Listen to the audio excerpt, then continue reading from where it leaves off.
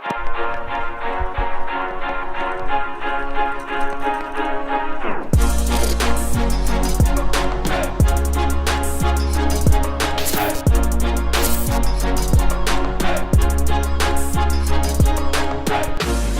하다 보면 많이 찾아보는 영상 중에 한 개가 뭐 유튜브로 성공하는 법, 유튜브 구독자 많이 모으는 법, 뭐 조회수 많이 올리는 법, 이런 식의 영상들을 많이 찾아보게 돼요.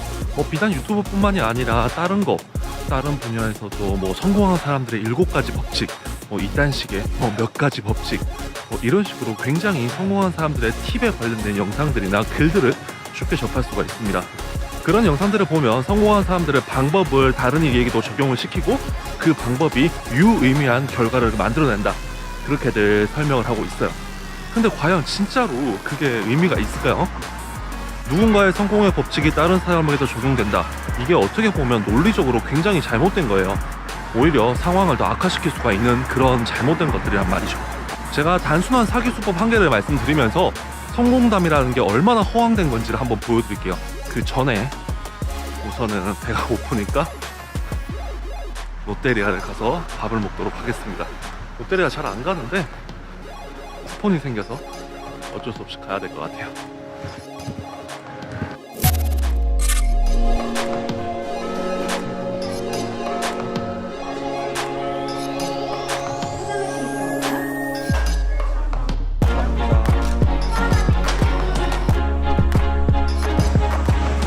와, 이제 저도 9세대인 것 같아요.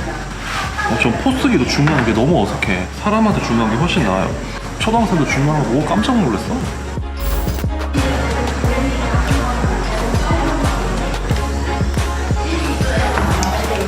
롯데리아 햄버거는 돈 주고 먹는 건 아닌 것 같아요. 진심입니다.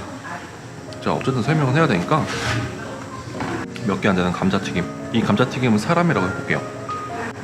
우선은 서로 모르는 사람 수만 명에게 메일을 보내는 거예요. 내가 주식이 오를지 내릴지 맞출 수 있는 엄청난 실력을 가진 펀드 매니저라고 소개를 하면서 말이죠. 자, 그 중에 절반에게는 주식이 올라간다고 얘기를 하고 절반에게는 주식이 내려간다고 얘기를 합니다. 그리고 다음 주에 시황을 보는 거예요. 그러면 다음 주에는 무조건 올라가거나 내려가거나 둘 중에 한 개는 될 거예요. 그랬을 경우에 맞춘 쪽, 만약에 올라갔다고 볼게요. 올라간다가 맞추면 이 맞춘 사람들 중에 절반은 또 다음 주에 증시가 올라간다고 소개를 하고 나머지 절반은 증시가 내려간다고 합니다. 그리고 그 다음 주에 만약 증시가 올라갔다고 볼게요. 그러면 이 사람들을 또 제외하고 나머지 사람들에게 또 절반은 주식이 올라간다, 또 절반은 다음 주에 주식이 내려간다, 이런 식의 과정을 계속 반복하는 거예요. 처음에 있는 숫자가 만약에 5만 명이라고 하고 이런 과정을 10번 반복한다고 치면은 10번 뒤에는 약 50명의 사람이 남아있을 겁니다. 이 50명에게 여러분은 거의 주식의 신과 같은 존재일 거예요. 왜냐하면 10주 연속으로 주식이 내려갈지 올라갈지를 맞췄기 때문이죠. 그리고 이 50명에게 각각 1억 원씩만 투자를 받는다 라고 얘기를 하면 이분들은 빚을 내서라도 1억 원을 마련해서 저에게 돈을 맡길 겁니다. 왜냐하면 엄청난 실력자인 내가 돈을 불려주겠다고 얘기했기 때문이죠.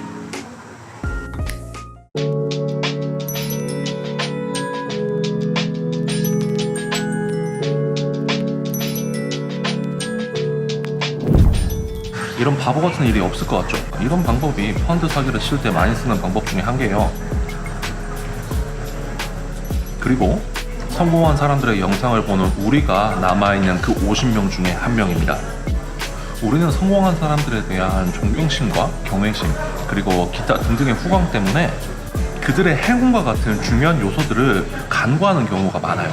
분명히 성공한 사람들이 사용한 방법이 성공에 다다르는 굉장히 유용하고 효과적인 길일 거라고 저도 생각은 들어요. 하지만 똑같은 방법으로 해도 성공을 하지 못한 사람들이 훨씬 더 많을 겁니다. 정말 훨씬 더 많을 거예요. 그거는 제가 하고 있는 유튜브뿐만이 아니라 뭐 공부도 마찬가지일 거고 사업, 장사, 기타 등등 성공의 법칙대로 했지만 실패한 사람이 성공한 사람보다 훨씬 더 많을 겁니다. 그건 과연 어떻게 설명할 수가 있을까요? 만약 성공한 사람들의 사례만 보고 성공한 사람들의 방법만을 취하다 보면은 우리는 실패한 사람들로부터의 교훈을 얻을 수가 없어요. 그리고 성공한 사람들의 이야기만 자꾸 듣다 보면 현실 감각이 뒤틀릴 수도 있다고 생각합니다. 이런 걸 생존자 편향 오류라고 해요. 뭐 통계학적 오류 중에 한 개라고 하죠.